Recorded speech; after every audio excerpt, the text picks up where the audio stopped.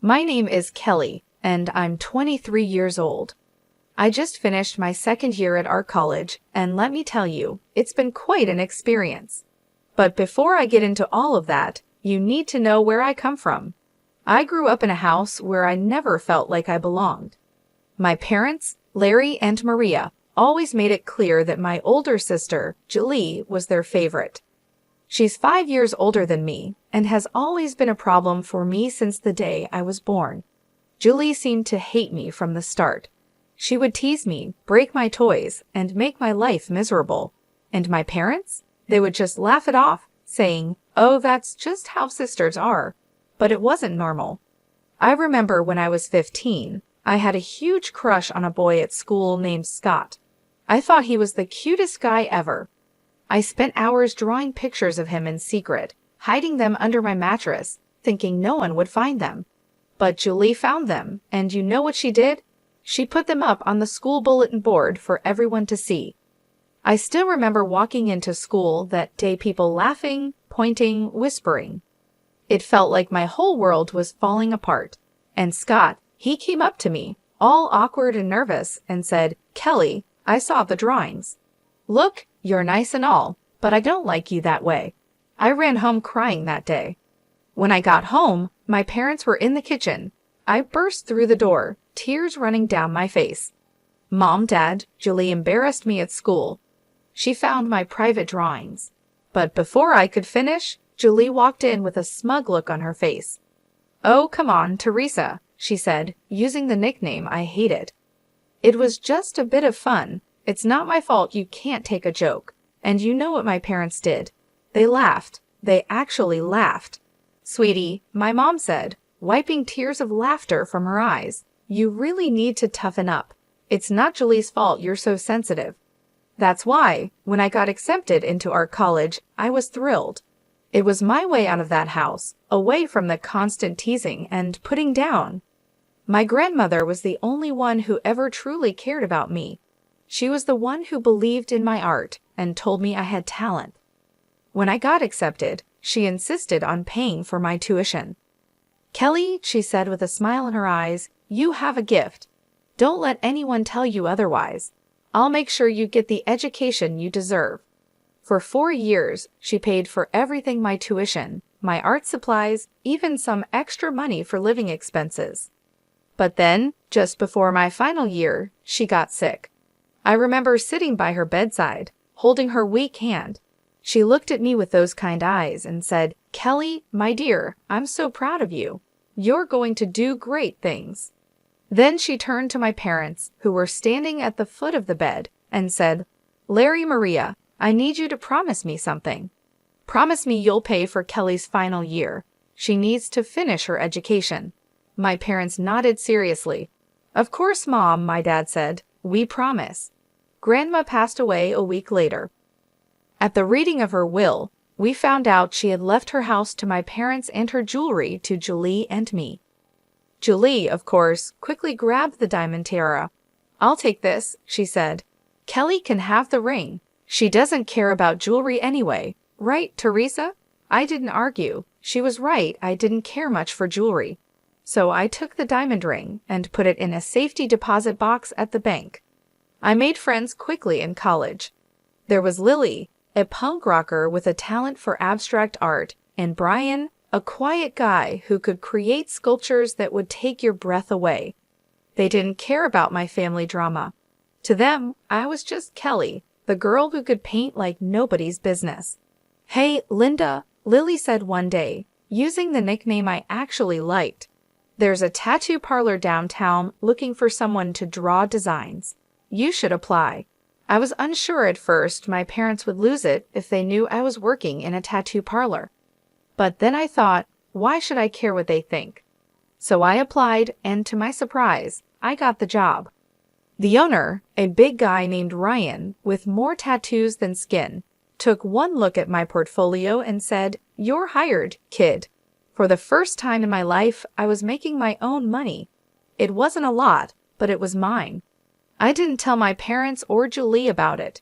I could already imagine Julie's teasing voice, saying, "Oh, little Teresa's drawing pictures for tough guys now. How cute." College life was good for me. I threw myself into my studies, determined to make my grandmother proud. My professors praised my work, and I even won a few small competitions. But more importantly, I was happy.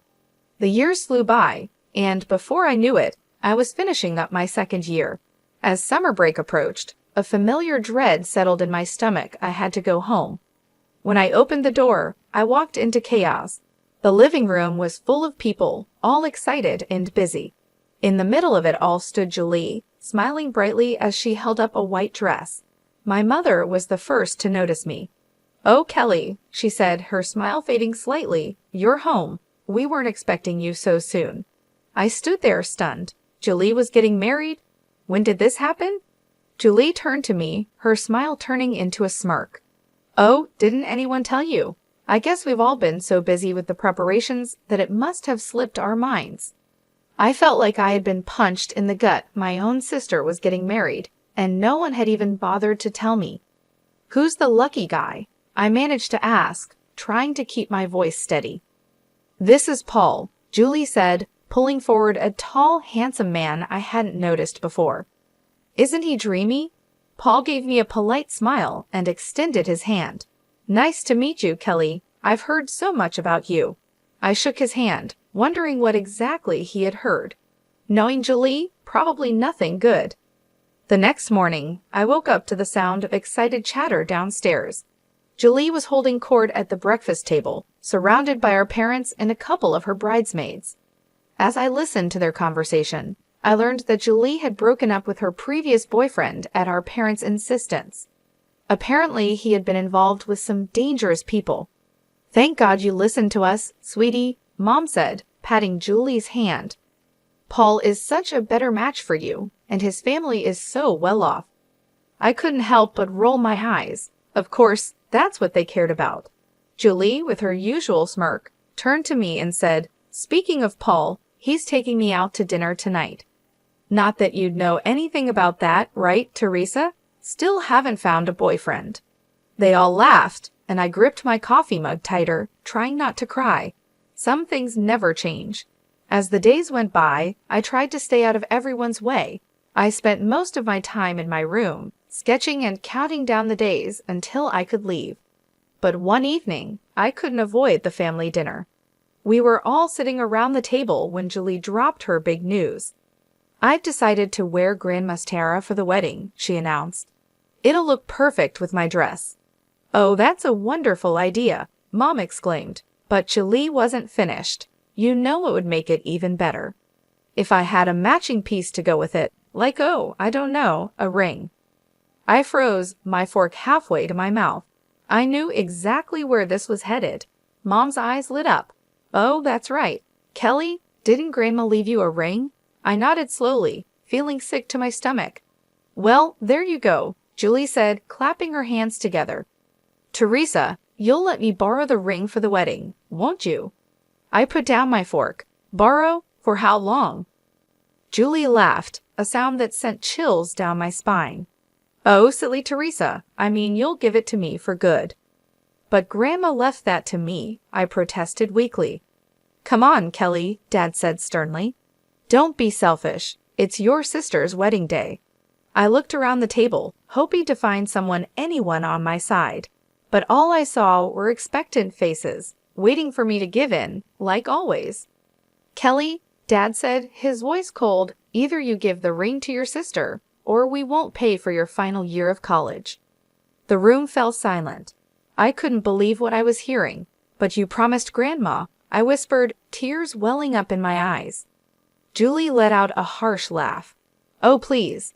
No one cares about promises made to some old woman." I stood up so fast my chair tipped over. "How dare you talk about Grandma like that?" I shouted. "That's enough," Dad roared. "Kelly, you have a choice to make the ring or your education. Decide." I looked at their faces, Dad's anger, Mom's disappointment, Julie's smug satisfaction. In that moment, I knew I had lost again. With shaking hands, I took off the necklace where I kept the key to my safety deposit box. I handed the key to Julie. The morning after the ring incident, I found Julie in the kitchen. When exactly is your wedding? I asked, trying to keep my voice steady. Julie looked up from her coffee with a smug smile. It's on the 30th. Why? Planning to ruin it? I ignored her jab. 3 weeks. I had 2 weeks to get away from this toxic environment. No, I replied calmly. I'm going to visit a friend from college. I'll be back in time for the wedding. That afternoon, I packed my bags and left, heading to my friend Lily's place in the next city. For the first time in days, I felt like I could breathe. Lily and I spent the week exploring art galleries, visiting local cafes, and just enjoying each other's company. It was exactly what I needed. But my peace was shattered a week later. I was scrolling through my social media feed when I saw photos of Julie's wedding. My sister looked radiant in white, with the diamond tiara sparkling on her head and my ring on her finger. The caption read, "Just married. Off to the Maldives with my hunky husband." I felt like I had been punched in the gut. With shaking hands, I dialed my mom's number. "Why didn't you invite me to the wedding?" "Julie gave me the wrong date," I said, my voice trembling. There was a long pause, then Dad's voice came on the line. "Kelly, your sister didn't want you there. She said you'd ruin her perfect day. We thought it was best not to tell you." I felt sick. "How could you do this to me? I'm your daughter too." "Don't be dramatic," Mom chimed in. "It's not like you really wanted to be there anyway, right?" I hung up, my whole body shaking with anger and hurt. A few days later, I returned home, only to find that Julie had also come back from her honeymoon. I walked into the living room and saw her with Mom and Dad, looking at apartment listings. I cleared my throat, and they all looked up. "Don't forget about my tuition," I said quietly.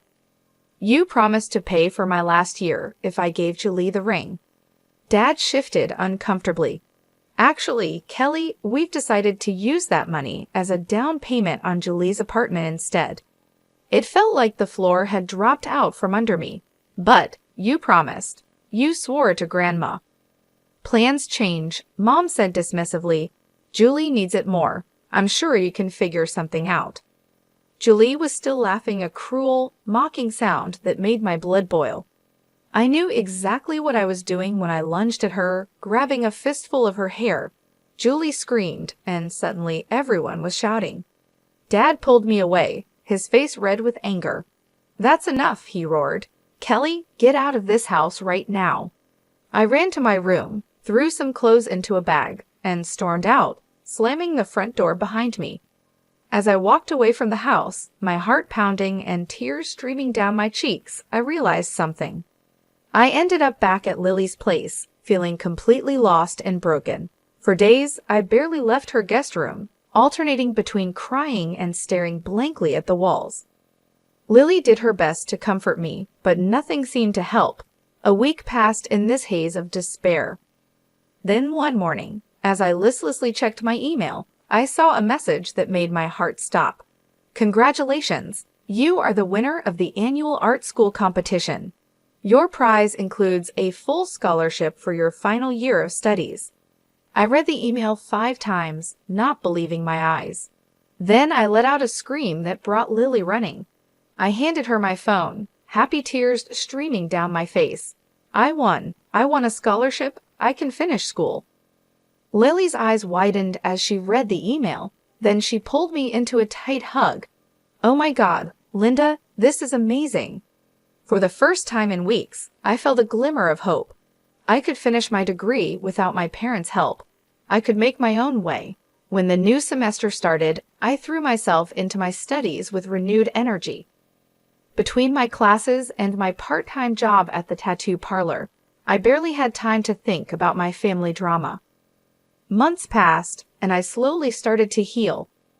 One day, I was hanging out with my classmate Scott, who worked part-time at a local pawn shop. We were chatting about our day when he mentioned something that caught my attention. "You won't believe what happened during my shift today," he said. "This girl came in with the most beautiful diamond necklace and ring I've ever seen. Must have been worth a fortune." My heart skipped a beat.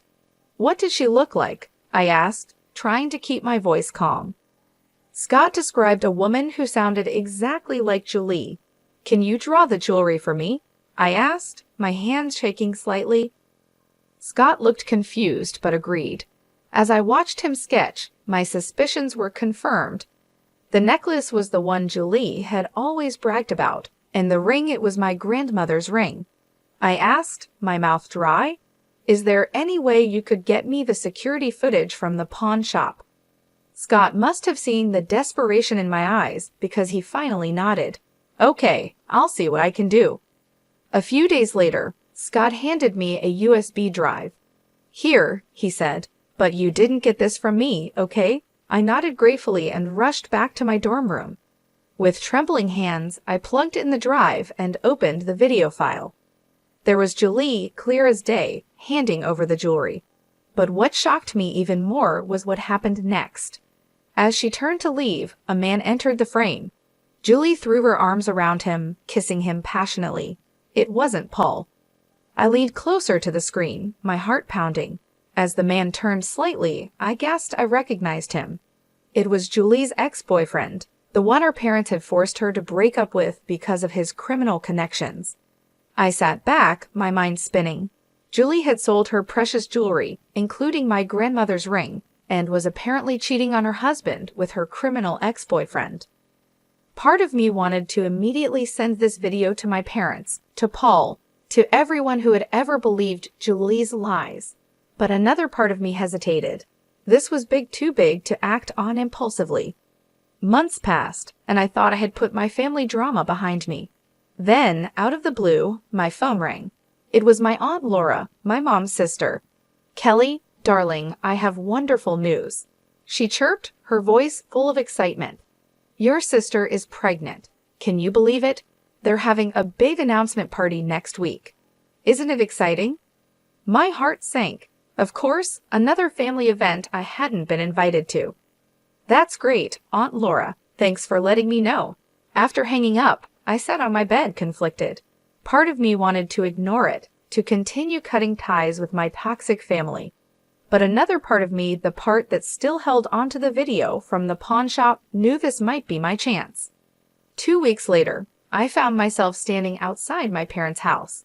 Cars lined the street, and I could hear laughter and chatter from inside. Taking a deep breath, I walked up to the front door and rang the bell. Mom opened the door, her smile fading as soon as she saw me.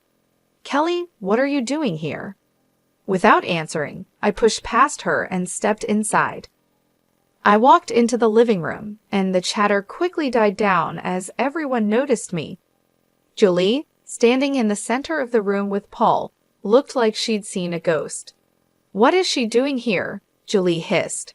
Dad's voice boomed through the room. "Kelly, get out of this house immediately. You're not welcome here."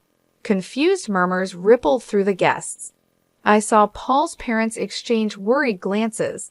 Mom, always concerned about appearances, forced a fake smile. "I'm so sorry, everyone. We've had to distance ourselves from Kelly. She's become quite greedy and unworthy of our family name." The room erupted into arguments.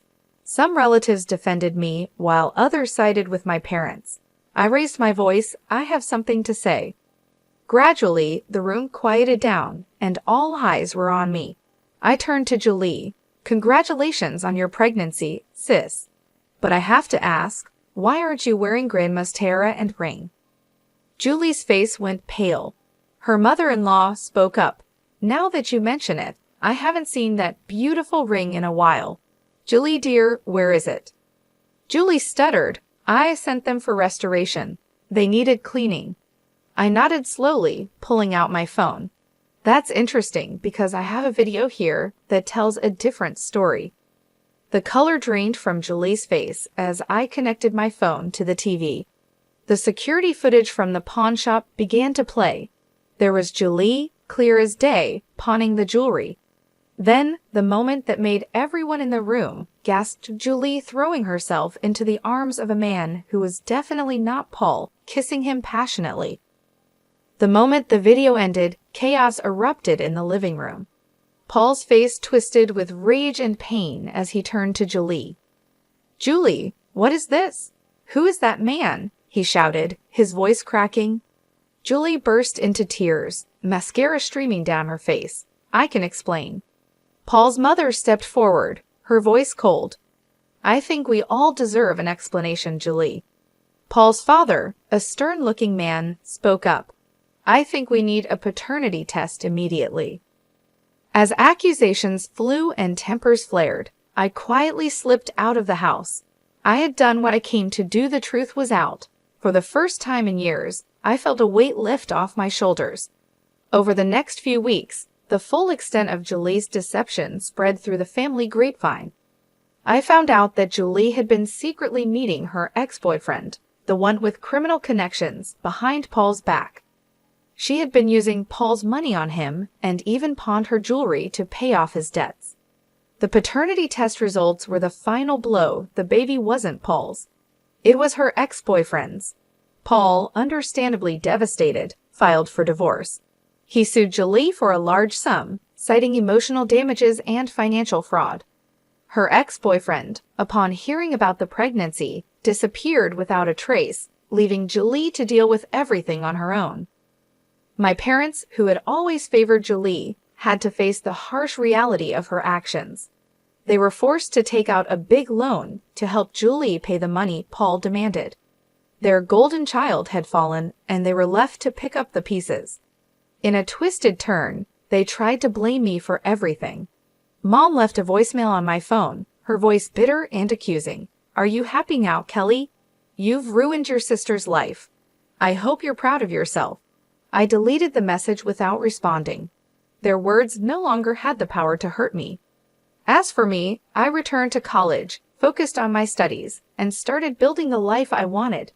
I cut off all communication with my family, changing my phone number and email address. The toxic cycle was finally broken. It's been 4 years since that day when I exposed Julie's lies. I graduated from art college with honors, and my final project received praise from both professors and local art critics. Now, at 25, I'm working at the Harmony Art Gallery in the city. It's a dream come true. I'm surrounded by beautiful artwork every day, helping to curate exhibitions, and even organizing events for up-and-coming artists. But that's not all. I've been painting in my free time, and to my surprise and delight, my work has caught the eye of several collectors. I haven't forgotten my roots, though. I still create tattoo sketches in my spare time.